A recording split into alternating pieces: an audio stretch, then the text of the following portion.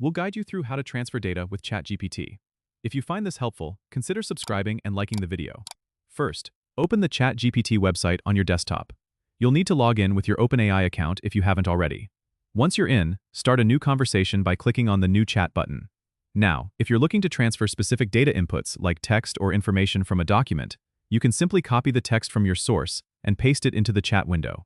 This is the simplest way to get ChatGPT to process or analyze your data. If you're dealing with larger data sets or structured data like spreadsheets, you may want to break it down into smaller, more digestible parts, as ChatGPT is optimized for handling text-based inputs effectively. You can input your data in segments and ask ChatGPT to process or summarize each part. For instance, if you have a CSV file, you can open it, copy a column or a few rows, and paste that into the chat. Ask specific questions or give clear instructions on what you want ChatGPT to do with the data, like generating summaries, finding patterns, or even creating new data points based on the inputs. Remember, while ChatGPT is powerful, it's designed to work best with clear, concise, and well-defined text inputs. So, make sure your data is presented in a way that the AI can interpret easily. You can also use prompts to guide ChatGPT on how to process your data, which can help you get the desired result more efficiently.